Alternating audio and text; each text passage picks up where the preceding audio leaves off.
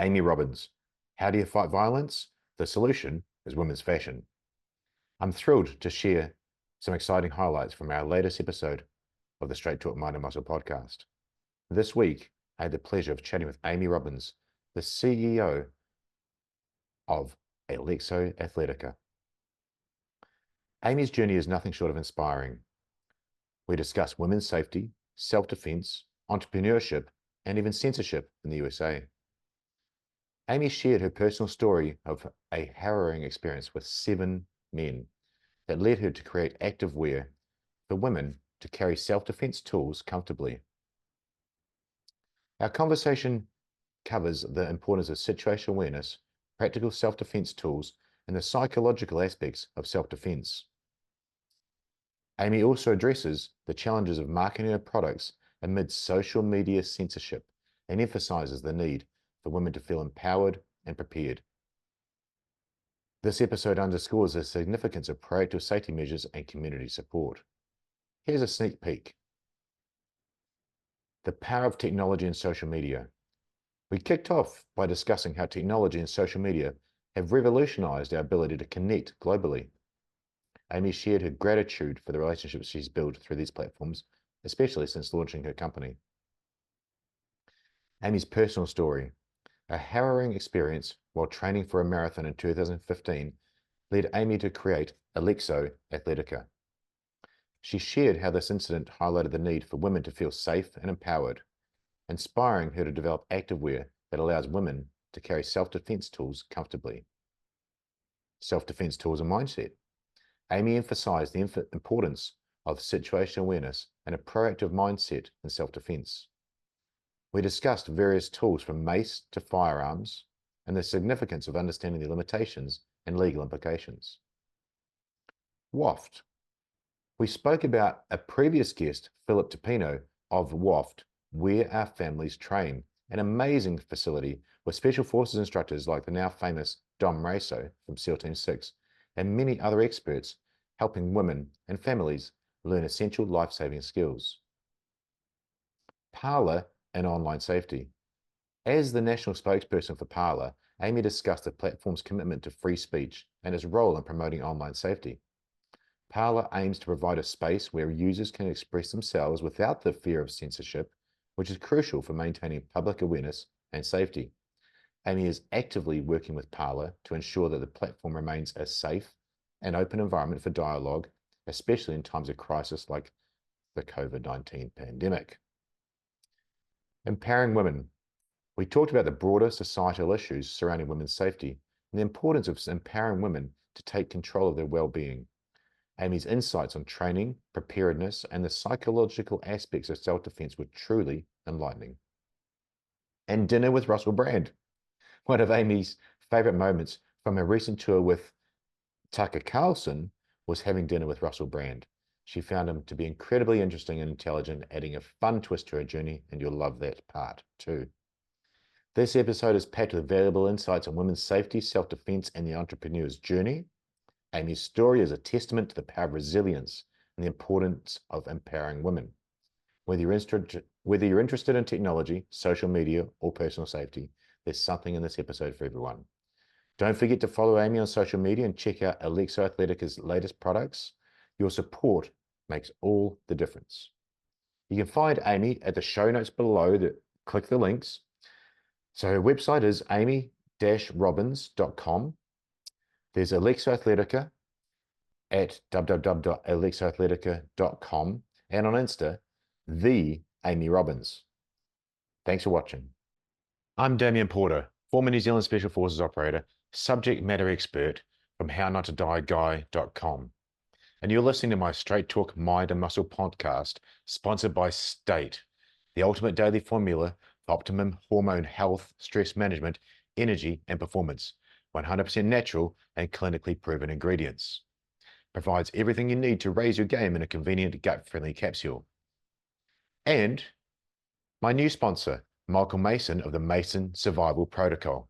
Links for my former shows are in the show notes below. Thanks for watching. And we're live. Welcome to the Straight Talk Mind and Muscle podcast. Welcome to my guest this morning, but in your time, Amy, in the evening, Amy Robbins, welcome to the show. Thanks so much for having me. It's great to be here. I'm so glad we can do this being completely on opposite sides of the globe. It's amazing, and I've said it a few times on shows. It's just I'm so honored and so thankful that I get the chance to meet amazing people that you just wouldn't have been able to Yeah. do 10, 15 years ago. No, you're absolutely right. I'm like, what technology has afforded us now? I swear I have friends all over the globe because of it. We've connected over a lot of the same issues. It was really interesting when I started my company about 7 years ago, the people that I was connecting with outside of the US, because quite frankly, there was a world that I didn't know really even existed outside of the US. So, yeah, I've been very thankful for social media and just the people that I've gotten to meet and the places I've been able to go over the last 7 years. I think it's the good side of social media and the good side of the internet. And a lot of people they're the naysayers, but it's definitely a positive if you use it right. And that's what you're doing. Um, Yep. Yep. my 9-year-old boy this morning asked who I was interviewing, and I said Amy Robbins, and he got the sheet out that I print off. He says, no, it's TH, it's the Amy Robbins. So um, we've got the Amy Robbins on the show. Apparently, apparently there were more than one when my social media handles were created for me years ago. And that's pretty funny story because I was not a social media person at all. I did not, I think I had maybe a Facebook page back in 2010 or whatever it was, but when I started working for the first organization that I hosted the first TV show for, they created all of our social handles. So I laughed because I'm like, I guess my name was already taken. They had to differentiate. And this was before like Meta verified or verified accounts existed. So you kind of had to differentiate with the word the in front of your name. So Yeah, it's so true that the world's big. Now, you mentioned TV there. I think we were chatting last week. You were touring with the Tucker Carlson as well. What was going on there with your tour? Yeah, so I actually became the national spokesperson recently for Parler social media. I don't know if you remember Parler and in their platform, but they relaunched in December under new ownership, new management, new direction for the company, and they asked me to be their national spokesperson. And a part of that was going on this tour with Tucker Carlson because Parler was one of the headlining sponsors for the entire event. And, as you know, Tucker Carlson's a big proponent for freedom of speech. And that is wildly under attack here, not only in America, but we're seeing it across the entire world right now, our freedom of speech being under attack. And so it's really neat to go on tour with Tucker because he said it's really hard to censor live events. It's really hard to censor 10,000 people hearing these real, raw conversations that him and his guests were having. So, yeah, it was a really neat opportunity. I'm glad I got to go be a part of that. Yeah, he was here in Perth not long ago, about 2 or 3 months ago. Very popular. Yeah. And you're saying about free speech and sort of being attacked. I remember one of the journalists, and I say that in air quotes, journalists, because I don't believe there's any journalists now. I just believe they're part of the media, and that's not the same words, listeners and viewers. They're two completely different words. But this person was questioning him and came up with such a predicate to the question, again air quotes question. It was horrendous, and just to hear him speak so well about the actual truth to that answer was amazing. But just Mhm. seeing the way the media was trying to portray him was just insane. Yeah, and there's been a lot of people that have been under attack for multiple different reasons. We see a lot of things here in the states, and a lot of people's eyes have been opened to really what has been going on, and social media has been playing a big part of that. Yeah. I raised an alarm several years ago when I launched my own company that our engagement, we were like tending to see our engagement just gradually go down, down, down, down. And I said, this is very odd. It seemed like they were flagging content that we were putting up a lot, which was simply putting up things to help women stay safe and defend and protect themselves. But they didn't like our choice of tools, or maybe they didn't like our messaging. I don't exactly know because they're never honest with you or transparent about why they're flagging your content. It's just, they like to tell you that something didn't fit their ambiguous, air quotes, community guidelines, that you have gone outside, you're advocating. They did say sometimes that we were advocating for violence. And I thought that was really odd, because that was actually the antithesis of the message that we were trying to send and to help women with. We were actually trying to help women fight violence and to be able to protect themselves against people that were violent towards them. So yeah, it's really ridiculous. So we saw that a lot in my industry. And then over the last several years, especially during our last election cycle, and during COVID, we saw this massive amount of censorship towards people's opposing ideas or views when it came to alternative health options during COVID. Anyone that spoke out against the vaccine mandates here suddenly had their accounts censored, their followings went down, they wouldn't show up in the featured spot, on social media, so that new people could find them. It was really kind of sad, because especially now with all this new information that's coming out, oh, what do you know? These people that were sharing alternative ways to treat COVID, oh, we're finally seeing those were correct treatments that could have helped save a lot of people's lives. And yet, because their message was censored, how many people lost their lives because they didn't know that there were other alternatives out there? It's to me, it's very criminal what's happening right now against freedom of speech. Well, it is criminal in your country. You have a First Amendment right to free speech, but Mhm. that's not the same here. And in many countries, here in Australia, well, I'm not Australian, I'm from New Zealand, I like to proudly say, and my country is probably a little bit worse. There's no human right to free speech under certain laws. Right.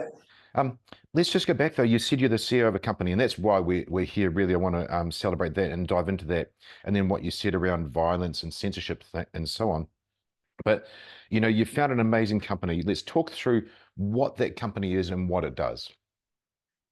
Yeah, absolutely. So, how I came up with the idea of my company, Alexo Athletica, was I was out training for a marathon in 2015, and I was on a back road, a road that I ran every single day, but it was in the middle of nowhere. I never felt unsafe on this run before, but this Hmm. day was a little bit different. This day, I actually had a van full of men pull up right next to me, roll down their windows, start doing that aggressive catcalling, the harassing, just making those uncomfortable comments. And it made me extremely uncomfortable and very nervous, because for the first time in my life, I realized if this were to escalate beyond the catcalls and beyond the harassing, what am I going to do? Can I We're pause talking that, Amy? about Can I 7 to pause? Can I 1. pause that there? Yeah. We're going to continue that on, Yeah. but it's a point that I really want to emphasize that people don't get when it comes to males and females. There is a difference between males and females, in my opinion. It's just my opinion. At no stage. Biology would agree with you. Yes. Thank you. Thank you. Um, at no stage would a male Oh, running, think that could happen to them from a bunch of females. And the safety that like, just turn it around. Let's be yep. unbiased. A man's not going to go out thinking, oh, a van full of females is going to pull up to me and catcall me. I'm going to feel that I'm in fear of my life, or worse. I think Yeah. I think the worst part is worse than dying. So I just want to Yeah. emphasize that for the listeners and the viewers, females Yeah. shouldn't have to go through this, but they do. Now, could you? It's just a point. Yeah. Yeah, just a point I want to Yeah, no, emphasize. you're exactly right. I mean, I think I've talked with my husband about this a lot, because he's like, no, I think most guys would love if a van full of women pulled up next to him and started catcalling them and, making suggestive, just phrases at them. But it's completely different when it's in reverse. Number one, because we have a lot of factors that are against us. So Mm, when you say, yeah, there's differences between men and women, you're absolutely right. Men are bigger, men are faster, and men are stronger. And we're talking about a scenario where it's not just a 1-to-1. I mean, my chances of protecting myself, even if it's just one man versus one woman, are pretty low if I don't have the right skill set and tools available to take care of myself. But when you have a 7-on-1 scenario, it just heightened my level of fear, Of really. course. And I'd never been a fearful person at all. I like to say I was a very confident person. I would have considered myself a very situationally aware person. But I also had never had a situation that made me think about my safety like that. I was a very reactive person to that situation. And what started going in my head, and I don't know if you as a male has ever done this before, but I started thinking of like escape scenarios. Where First off, how do I get away from here? Like, which direction do I run? Do I try Yep. to jump the barbed wire fence? What are my options? That's where my head was going. And I'm like, that's a really scary place to be for a woman when you don't have a cell phone with you. The best thing that's going to happen if anything escalates is the cops would just have to find my body because we're in the middle of nowhere. That'd be very easy for them if they just dump my body somewhere. So yeah, of course, all those scenarios were playing through my head. They luckily, well, actually, they drove to the end of the road and then came back and did it again, but they did drive off. And so I tell people my story ended there. I got a second chance. A lot of women do not get a second chance. So because I got a second chance, I ran home. Now you have to remember, I'm in the US of A. We also not only have a First Amendment right, we have a Second Amendment right in our country. And for those of us who are comfortable with firearms, I went home and got my license to carry. I live in Texas. It's very common here for men and women to have a license to carry. And for me, the reason why I went there was because in my particular situation, I needed an equalizer. Yes. I did not think, okay, Mace would help me in a 7-on-1 situation. Mace might help you on a 1-on-1. Mace might help you in other situations, but because of the extreme nature of my situation, I went straight for the great equalizer. And I was already very comfortable with firearms. I was a firearm instructor. I had been around them my entire life. I had just finished a show that was all about firearms. So I was very comfortable with it. And then from there, I said, well, now I want to run with my firearm. How in the world am I supposed to do that? That seems very clunky, very Yep. uncomfortable. Yep. What do I do? And I was like, surely someone's figured it out. And I didn't want something off body bouncing around on me or jiggling up and down. And I said, well, surely someone's done something about this. And there was no activewear brands on the market that were giving women the ability or even encouraging women to carry self-defense tools on their body at that time. So I just said, I'm going to do it. Wow. and I presented this idea to my husband, and we basically built the company together from the ground up because we knew there was a really big need in our country for women to have comfortable, good looking options to be able to carry not just self-defense tools, but really any tool, anything that they needed to feel confident throughout the day. And that's how we came up with the idea of our company, Alexo Athletica. Now, you mentioned, first off, thank you for the story because I get this with the courses that I teach all the time. Telling the story is a form of uh, therapy, but also it takes a lot of bravery to tell that story. So thank you for talking through that. I'm sure at the time it was Thank horrendous. you. Um, but you talked about censorship earlier. I saw Hmm. your post the other day. I saw your reel of what happens when someone clicks on your link on Instagram, and even punches it into a search bar.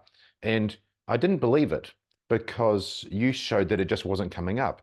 And I thought it might have been a geo-located thing for America, the American censorship. And I clicked on your link and I couldn't open your web page. And I clicked another link and I Yeah. couldn't open it. I had to literally get the words alexoathletica.com, Yeah. punch it in, and it came up, which is awesome.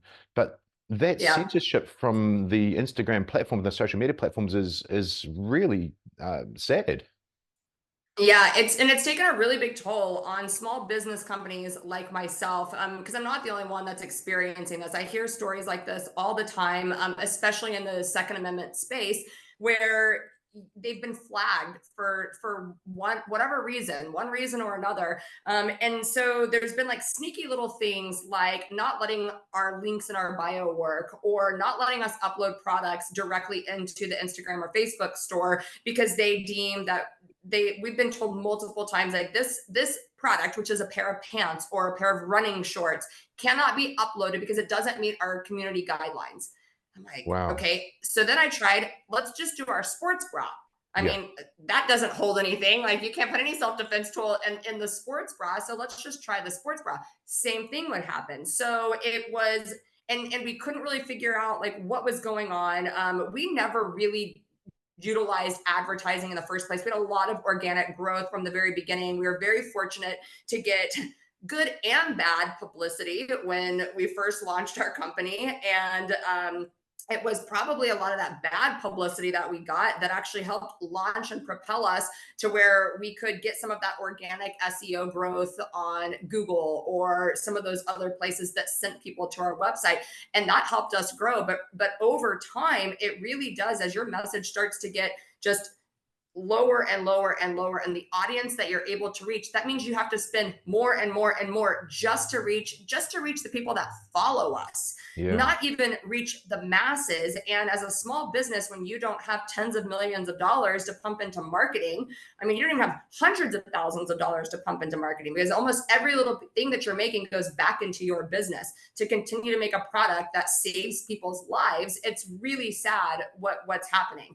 And because we were the first, we have really been able to see, we have a lot of loyal customers that come back and come back and come back, and that helps us to continue to grow. But as new people want to enter into this space, they're finding it harder and harder. And that's why 99% of the businesses that start up don't even make it past the first year. And to me, that's really sad, because I think we need innovation in the self-defense space. I think we need innovation, and especially more women innovators and business owners coming into this space that can speak a certain way to women, that, no offense, men just have a very difficult time sometimes communicating with women and getting this message across. And so it's really unfortunate what's happening right now. Communication is key. You talked about marketing and Yeah. so on, but it's communicating what you do to other people. But you did that also near the start. You were saying, you know, you've used the word using tools, options, those things. You use preventing violence. The ironic thing is, you have to use extreme violence to prevent violence being used against you. But you're communicating it so well. Let's go back. You talked about small business, because literally you're training for a marathon, you're running along, a bunch of scumbags have pulled up to you, and you've had a epiphany. Hey, not only do I need to do this, probably other people do, other females. Let's get something Yeah. that looks good and is effective. What was your job that you were doing at the time, and then how did you transition to making clothing that you can carry with? Great question. So I actually had been in the fashion industry prior to that. So I kind of had an eclectic background doing different things in entertainment, from TV hosting. I had been doing on the production and advertising writing side. I also had been, I'd been a model for 15 years prior to that. So I had a little bit of experience in that world, which is why it was so important to me to make sure that the quality of the product, the look, the feel, the fabrics, even down to the type of stitching that we use in all of our products, really had to just be an incredible product. And I think that gave us kind of a leg up when we started this company, because what a lot of people don't realize, when it comes to getting patents, especially on clothing and garments, it's very expensive to get patents. They don't always get approved. And all it takes is a couple of adjustments to that design for someone to circumvent your patent, a utility Yep. patent, so to speak. And so we knew that it was going to be very difficult to patent our design or the way that we were constructing things. So we just need to get to market first, but we wanted to make sure that everything was really perfected. And it took us about 2 years of perfecting that fit and finding the right fabrics before we actually got to go to market. Brilliant. Yeah, that's clever. And it's, from my end, you can only give that first impression once. So really great that you got that first Exactly. impression that right the first time. Yeah, well, I will tell you, we did have some road bumps along the way for sure, and I'm glad that people, again, because we were the only product on the market that offered this at this point, people were a little bit more forgiving right at the beginning. I remember, when we first launched in 2017, we launched right at the height of the Me Too movement. And we were like, oh my goodness, like we are a company that is offering a solution to women so that they never have to say me too. And that was really one of our goals, was to help women not experience this like insane amount of sexual assault or assaults in general that was happening to women. And so, like I said, that came with good and bad publicity along the way. But what it did was it sold us out of all of our product even before our first shipment of product actually arrived in the States. So we were able to put a second order in, and it came pretty quick after that first order had sold out. But the fabric was see-through. Oh no, So we there's a had all of downside. these people, and it was right after Lululemon had gone through something very similar that they had released all of these like see-through leggings, and we probably should have just run with it and been like, "Hey, this is the new thing, like see-through pants." But we had to get those like remade, so people were waiting on back order for like several months, and luckily our customers were just so loyal that they came back to us. Of course, we gave them a discount for waiting and did whatever we, when you're a small business, you're scraping for every single customer that Yeah. comes your way. Yeah. You are so grateful for anyone outside of your family and close friends that are going to take a risk and buy your product. Like when we sold our first pair of pants in a state that we knew nobody in, me and my husband were like jumping up and down and like, we have a company. I can't even remember how many times we looked at each other and said, I think we have a company. Like, I think we have something going here. But yeah, like we definitely had a lot of roadblocks along the way, which anybody that is in the apparel industry or manufacturing will have their own horror stories of that. But we had to roll with it, and we had to pivot, and we had to do whatever we could to keep those customers. We were writing handwritten notes to them every day, like thanking them for their patience, thanking them for purchasing. And I have people to this day that still send me pictures of those handwritten thank you cards saying this meant so much to us. And I think that's why we were willing to grow the way that we were willing to grow, because people would just tell their friends about it, or they couldn't wait to share about it on social media. So it's actually really cool to remember all that and think back on those early stages of the company. You're clearly passionate, Amy, but also you care about the people. That's why you started it. For the male listeners and viewers listening here, we're solutions guys, we're answers guys. Um, what can a female carry as a solution with your products? I mean, literally, I'm just thinking. Well, I used to carry a 6-hour P226, huge Yeah.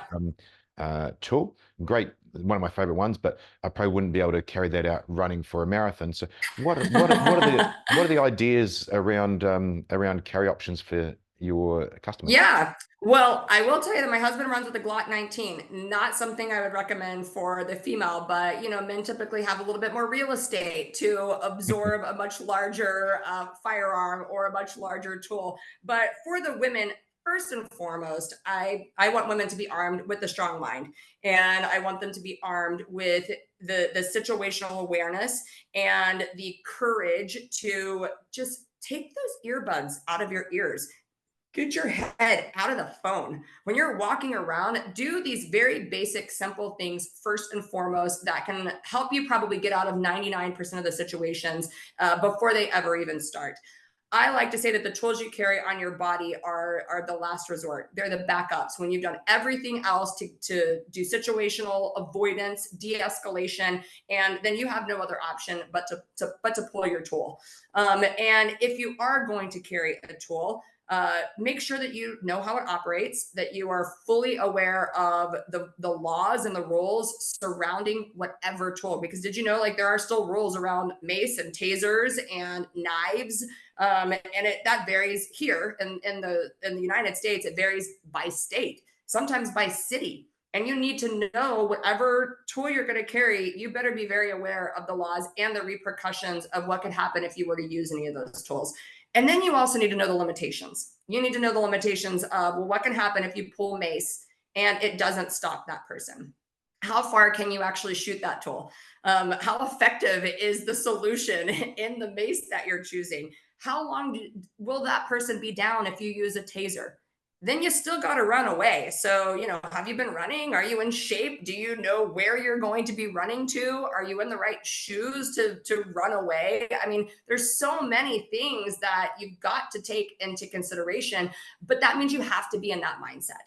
When I leave every single day, I leave my house and I think through different scenarios of, okay, if this were to happen, I just mentally prepare myself to get in that situation. But when you're asking tools, mace is good. I actually like the Kimber Pepper Blaster. I don't know if you're familiar with that, or if they have that in New Zealand, but it's a mace gel, but it's in like a container that kind of looks like a flattened firearm, is the best way that I can Yeah. describe it. And I like it because it shoots up to 15 feet, but doesn't have the blowback.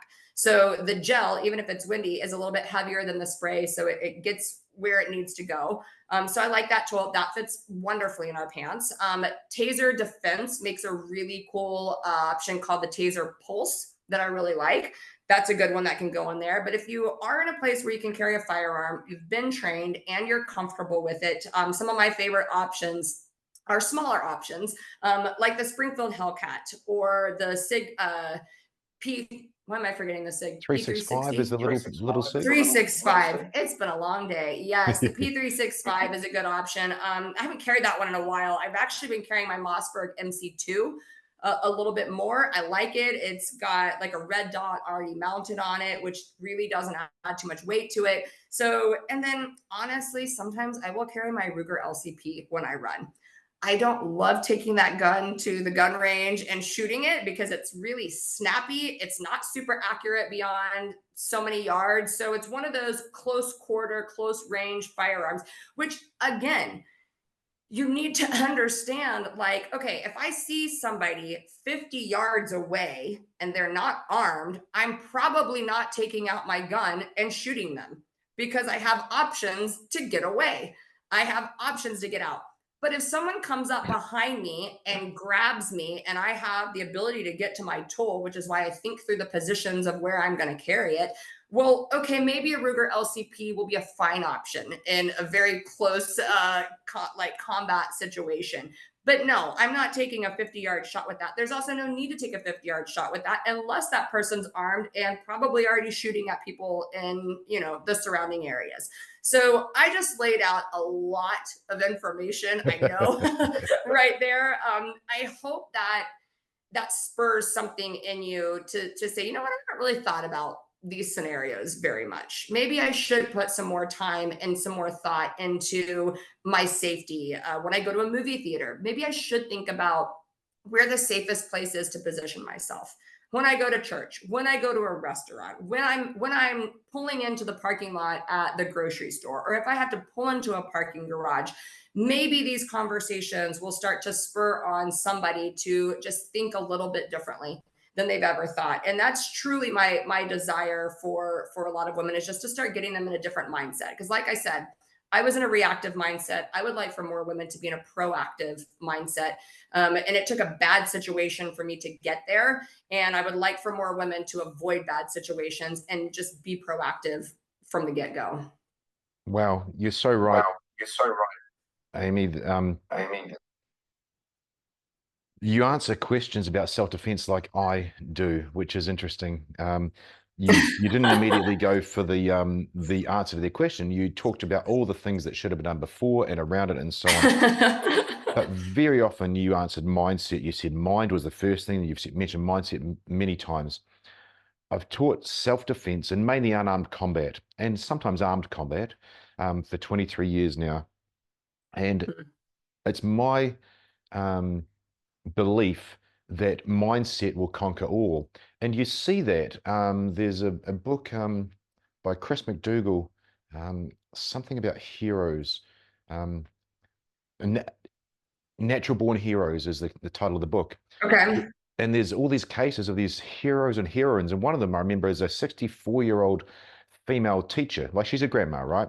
And some kid comes in with a knife or a gun and she just pins him down, does this stuff naturally, has never trained before, and boom, she wins the day. And there's things inside us. It's a mindset. And females do have to change that mindset. males, we're used to combative things. We're used to rough and tumble fighting and playing. But Yep. females need to change that mindset, and that's where it starts. And then that mindset is, Well, go ahead. oh, no, no, no. Yeah, yeah. I was just gonna say, like, I remember a course I took one time, and the instructor gave a phrase before we started that completely changed the trajectory of our course because it was a female-only course. And he said, and of course, this is a SEAL Team 6 operator that's leading this course for us. So we knew we were in for a tough course, but we didn't know how tough. And he said, I give you permission to be violent. And we all looked around and we are like, what do you mean you give us like, huh? And he's like, I just want you to remember, like, I give you permission to be violent. And we were like, okay. Well, when we started, it was so interesting. Like every woman, at first was just like we didn't want to hurt the guy that was trying to attack us. We were trying to be polite. We were trying to be nice. And I think like to potentially our detriment, we are trained as women, especially as Southern women. I'm from Texas, and we're told to be nice and polite. And with that, sometimes I think that we shove down that little voice inside of us, that God gave us to actually protect ourselves, and we kind of shove that aside so that we don't make anybody uncomfortable, or that we don't, so that nobody thinks we're weird. And one of my favorite podcasts is Crime Junkies, and they always say it's okay to be weird. And I love that because women need to know it's okay to be weird, and it's okay if somebody is attacking you to just go all out and to be crazy, or to project so much confidence when you are walking into or from a location that a perpetrator doesn't even want to mess with you. And that, from a mindset standpoint, as I have talked to women, especially younger women, that's kind of what I always want to focus on, is that projection of confidence. Take the please out of your voice. Don't hurt me, please. Don't come near me, please. Like, no, take that out of your voice. Project the confidence. You tell them to back up and to stop. And then if they don't listen to you, that's when your tools are come in handy. But I think a lot of times when we do project that confidence, it will stop somebody in their tracks. It will. And funny you say that, because with a male, that may turn on the bad guy to attack them, because that's a Mm, male and male. So again, after so many years of teaching this, self-defense yeah. for a female is different than self-defense for a male. Self-defense for a Mm, female is what happened to you. There was a approach by people to see if you were prey. They saw you were prey. yep. They're trying to figure out if you really were. Or there's the ambush attack. There's not much in between, Mm, apart from the crackhead, psycho, whatever. yeah. But then you got the male on male. There's not often that ambush. It's normally a front on front. I'm better than you. I'm bigger than you. Whatever that you want to say. And Mm. projecting that overconfidence may cause that bad guy to really want to have a go at you. So it's Huh. it's interesting thinking like that. Interesting. Yeah. Yeah. Yeah, that is. I never really thought about it like that, but I can definitely see your point. So you probably train men and women very differently. At the end of the day, it's interesting. I Yeah. said unarmed combat or self-defense. When it goes wrong, so I teach worst case first, in case they get injured or in case they have to go and leave the course and go to their kid. Teach worst case first. They got some skill, and then you Mm, project out. So we do the situation awareness towards the end of the course, the low threat stuff towards the end of the course. But at the end of the day, the worst case, when the person's right on top of you, you got to use tools. If you're a 75-year-old grandma, grabbing your handbag with a revolver in it might be the best option, because you can't lift your shoulders, you can't physically move. It yep. may be great to use that tool. So, Hmm. sorry, my boy's cracking up here. He must have heard a few things I was saying. Um, so, yeah. I lost my train of thought. Oh, You have an audience. I love it. I do. He's so It's lucky a because he live gets to audience. he gets to see these amazing people I interview. But That's awesome. oh, I totally lost my train of thought, so I've got no idea where I was at. Person top, you got to use tools. Really, really important. Mindset's an important thing. You also said something so often there was knowing the repercussions of it. if you do pull the trigger or you do pull a Yeah. blade, A, you got to use it, but B, is it Yep. going to land you in trouble? Are you justified? You're not justified in that Yep. person 50 feet away that you said. So it's Yeah. using that mind, which you said. I thought that was a very clever thing to say. You didn't just go straight to the weapon, but you also talked about courage, and then you went on to say, yeah, don't be afraid to be that weird person. Tony Blauer, who I interviewed, and I'm Yeah. sure actually you've probably been to some of the same people that I know. Tony Blauer, the godfather of self-defense, Yep. he's interviewed so many people on the psychological side, and every female and mostly males that he's interviewed, they always say something didn't feel right, but I didn't want to be Yep. polite. I didn't want to seem weird. Yep. Yep. As soon as those spidey senses kick off, that's it. That's it. Yep. Just to leave the situation before it Yep. gets to anything there. Situation awareness and situation avoidance are two terms you used.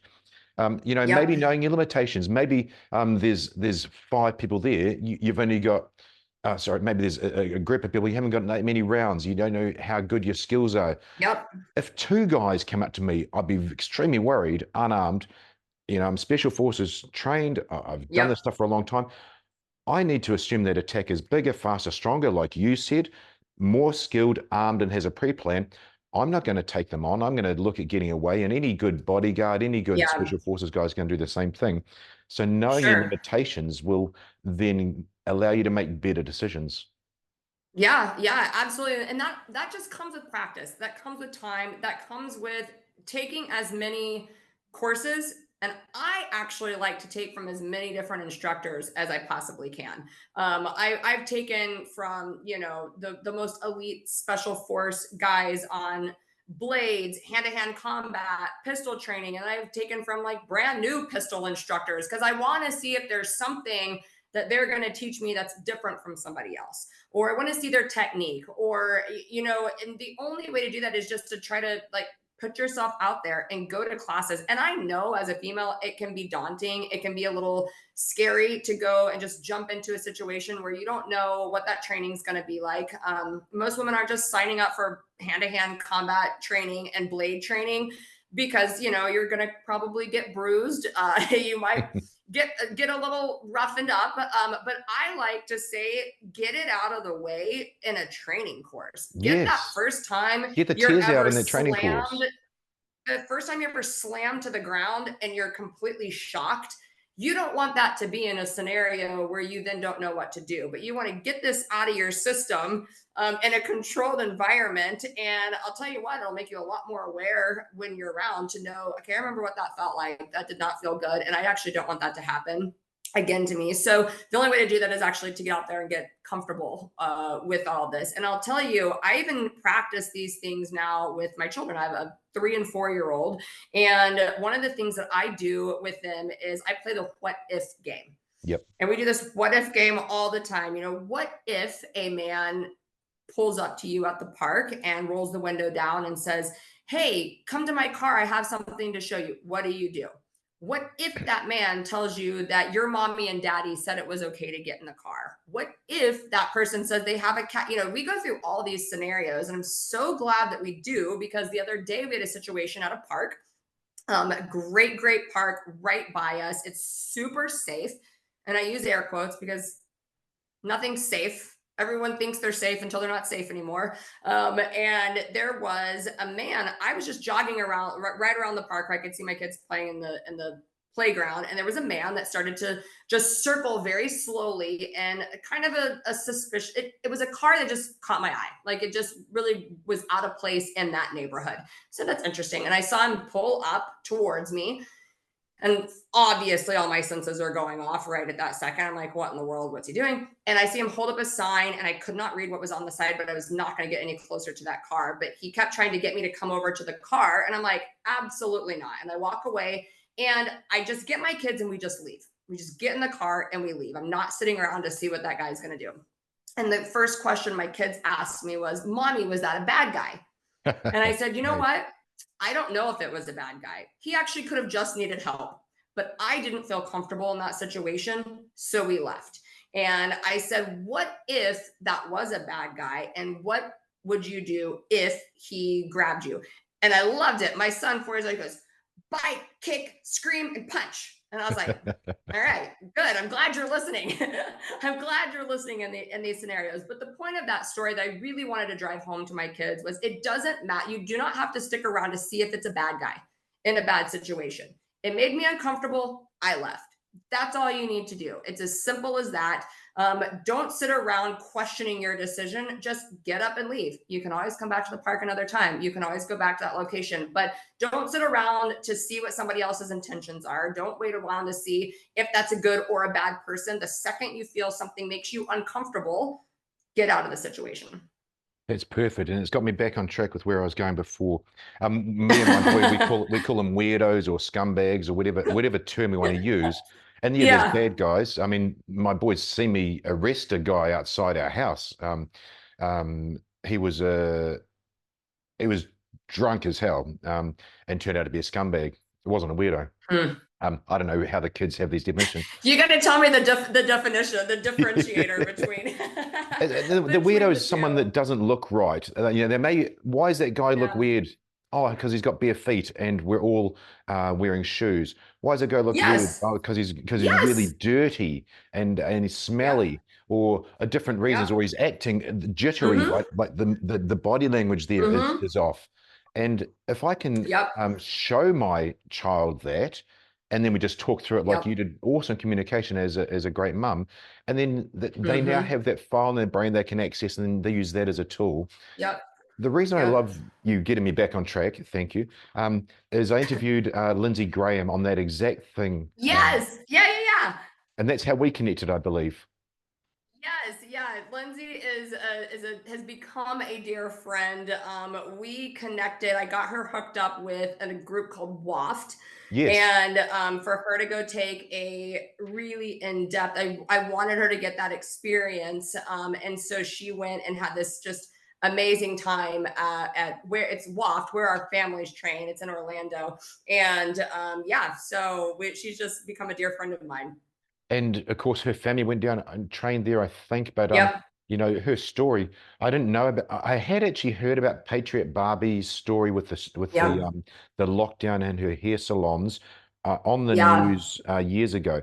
I hadn't put two and two together, Hmm. but I heard about her story of getting off the plane, going from the baggage carousel, going to her car, and potentially avoiding a human trafficking or kidnapping situation because of the Yep. skills she'd learned 2 days prior on situation awareness. Yep. This guy Yep. didn't. Listeners and viewers, go listen to the show. It's phenomenal. Her story, it'll save someone's life because it saved hers. The guy didn't look Hmm. right, so she said something to someone. She approached a couple and said, "Hey, that guy doesn't make me feel quite right. I feel a bit weird. Can I just walk with you?" And I'm sure you know, but the listeners don't. The hubby of that couple said, "Yeah, I saw that guy and he didn't look right either." Wow. Yeah. Yep. And Yep. she That's, I took mean, action. yeah, and she used some of those skills. One big thing they focus on at Waft that I really like is confidence projection and then the use of a flashlight. And Yes. when I say like I love taking different courses, it's because like in this scenario, I had taken from just everybody before this, and not a single person had ever given me flashlight training. Never had anyone even mentioned that as an option. So when I went and did my training at Waft, I was a little skeptical at first. I'm like, should I, like, what in the world? But when they really talked us through it and how that flashlight alone can disrupt a bad guy's OODA loop and or whatever it's you're disrupting their train of thought. If they're focused on, you being a victim and you disrupt that by flashing them in the eyes, I never thought about it that way. And so there were just so many things that they trained us with that flashlight, but it first stemmed from using your voice. And so we spent an entire day just learning how to use your voice and use that flashlight. before we ever dove into any type of like combative pistol training or like hand-to-hand combat, because we did all that later in the weekend, but we started it out with that confidence projection and the flashlight training. And I think that alone, I mean, it changed the way that I enter into parking garages. It changed the way that I do a lot of things. And I'm just really thankful that I took a chance and I went down there and did the training with them. So it was awesome. Phenomenal. And Phil Tapino from Waft, his interview's in the can there. It's we talked about five Oh, weeks ago. awesome. So his show's going to come in before this one publishes. Great guy, Awesome. connected with great people. Dom Raso, SEAL Team 6 guy, he's there as Ah, well. that's who gave me permission to be violent. Yeah, and As you can imagine, we did a female training with his company Dynamis Alliance, and man, I couldn't walk for 2 weeks after that training, and I was covered in bruises, but it was the greatest experience of my life. It really was awesome. Yeah, Dom's a great guy. And with that one, the other thing I say at the start of the any physical course or in-person course that we do is I say to the students, train at your own level. So your Hmm. level was I'm going to come out with bruise, I won't be able to walk for 2 weeks.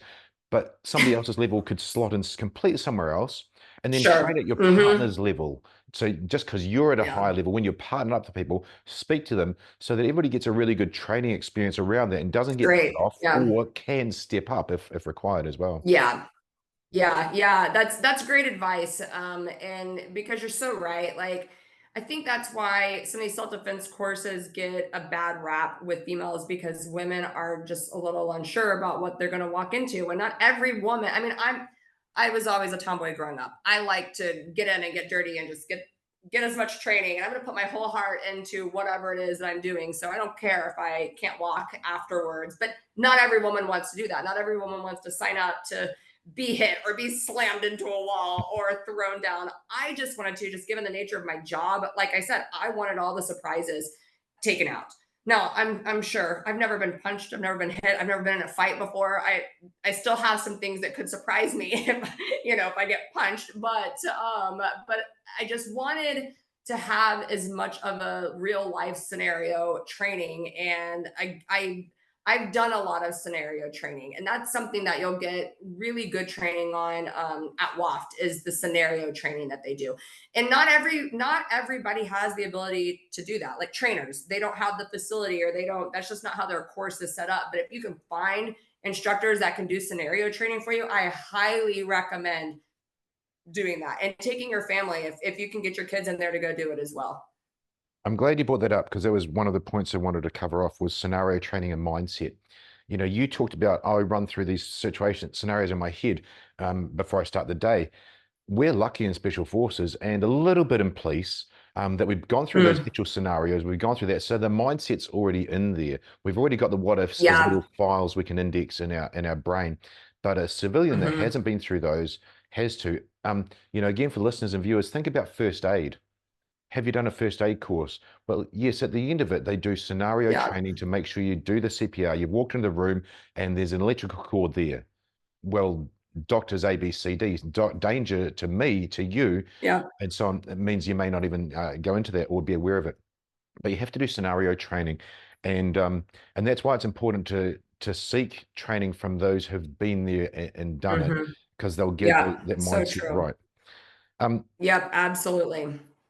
I wanted to then touch on the tools you said. You've been so great in being agnostic, saying, you've got the pepper gel spray, you got the tasers that you can carry with your clothing.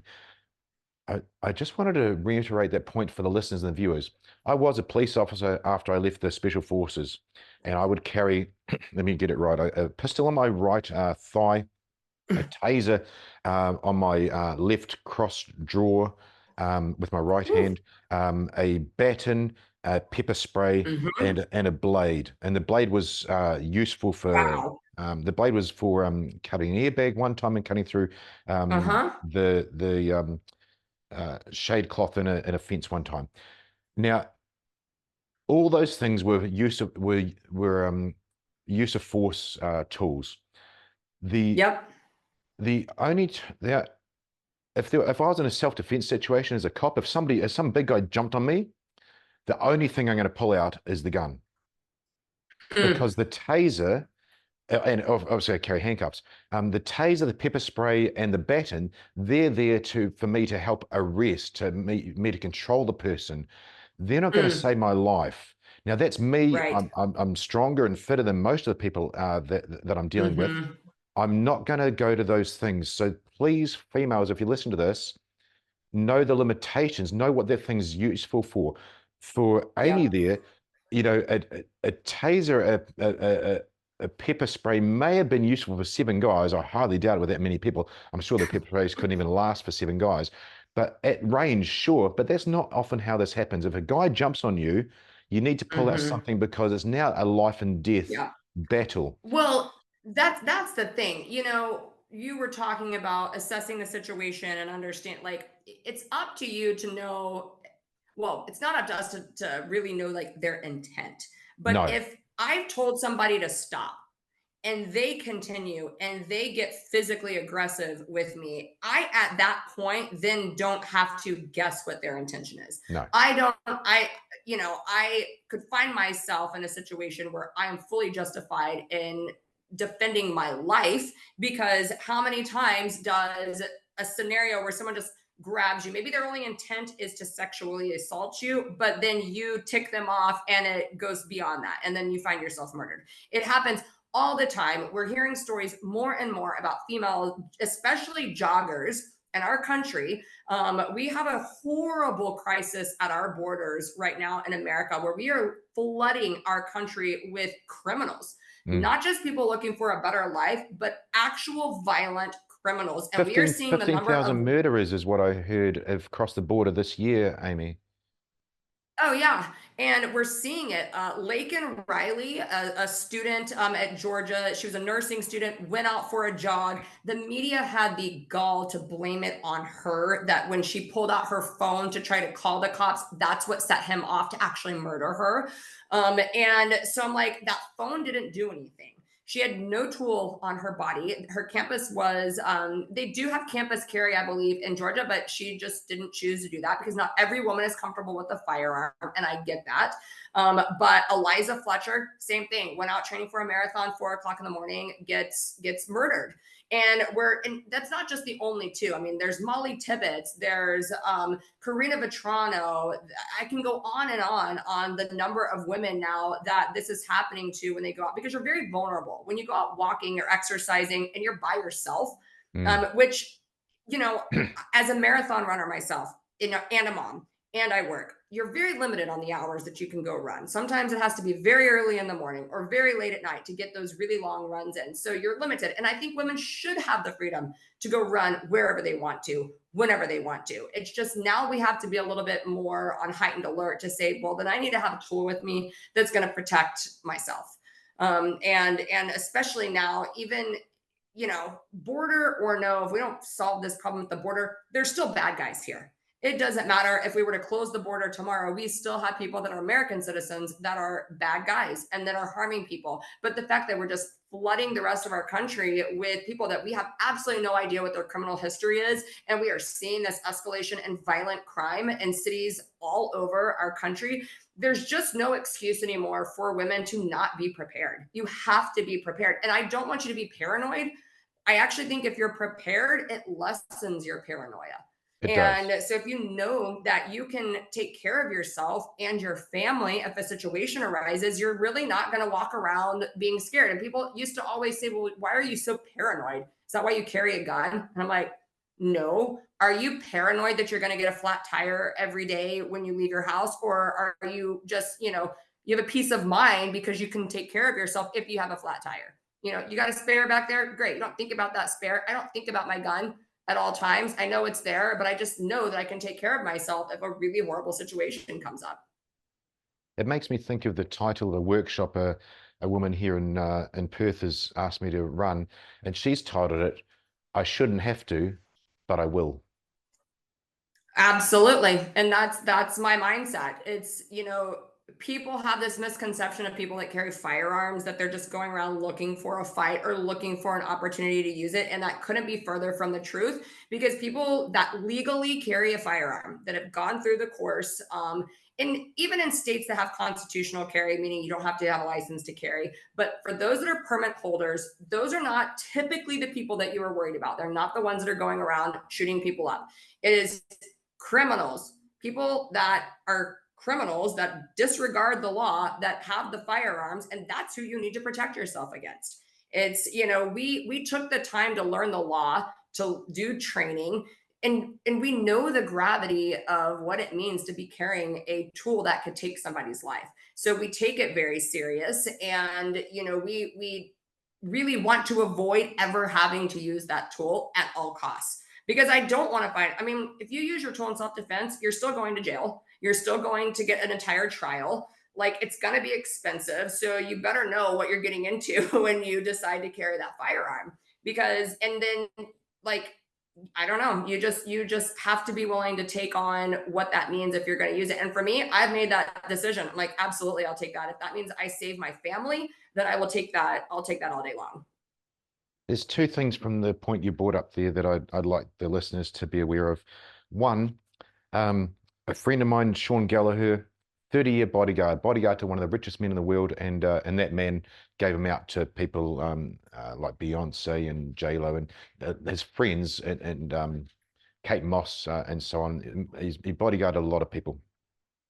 Mm, He just sent us a gift box yesterday for my boy and I, and one of the patches he's got, it says MFV.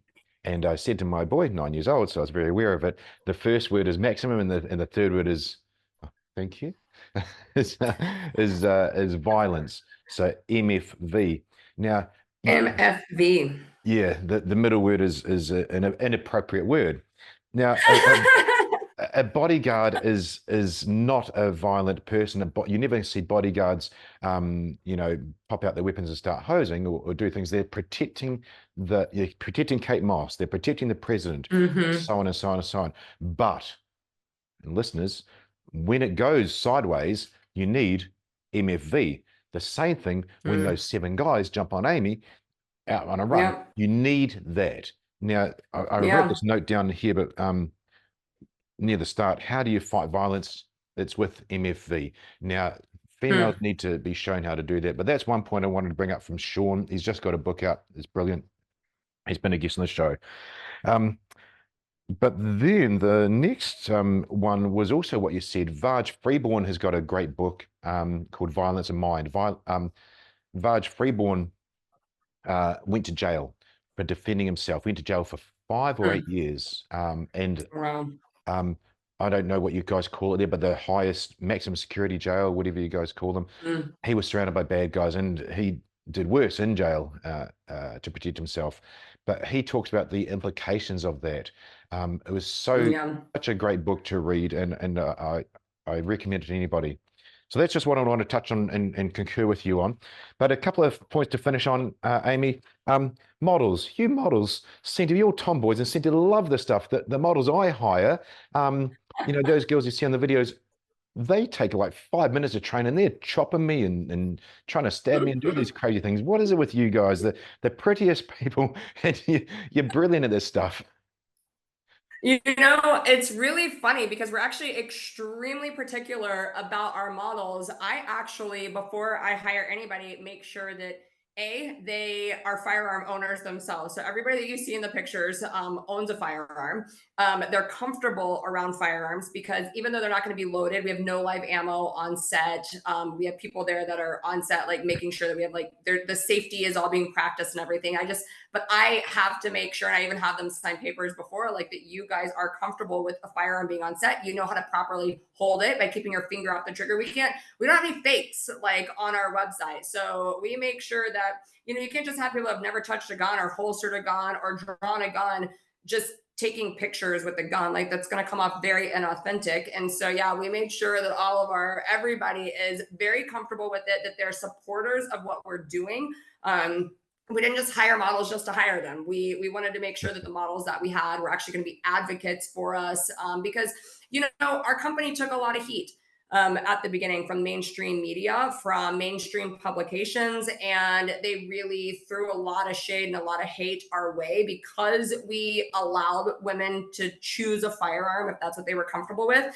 And so I wanted models that were going to have our back. And so everybody that is a part of our website or have been a part of any of our campaigns did just that. And I think that's been kind of like the secret sauce to what we've done is that we just kept it really authentic this entire time. And, they just so happen. And I also wanted to show people that, you can be beautiful and carry a gun. You can dress normal and think about self-defense. I wanted to have the most relatable people on there that you didn't typically see in the gun world or in the space that I was in. Yeah, And so yeah, we just went a completely different direction than everybody else in that brilliant. industry. Probably a lot because of my background in the fashion industry, but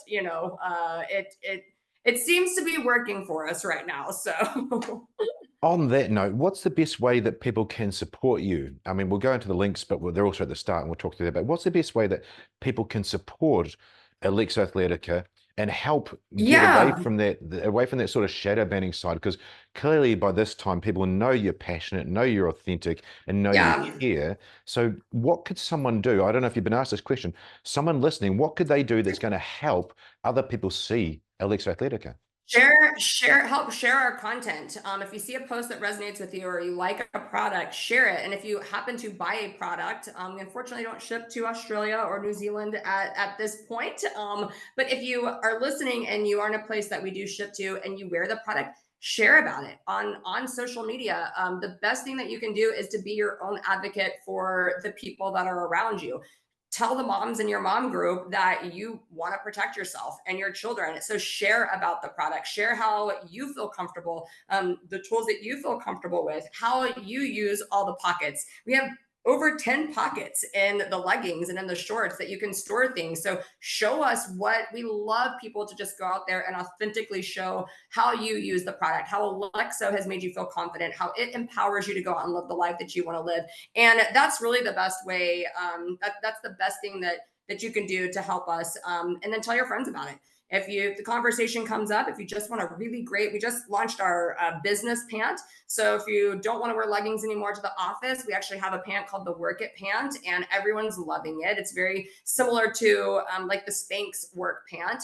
And if you love that, just tell your friends about it. If people just want a functional workout gear or functional outfit because you got so many pockets, go and buy the product, even if you never intend to wear a firearm or use a firearm in there.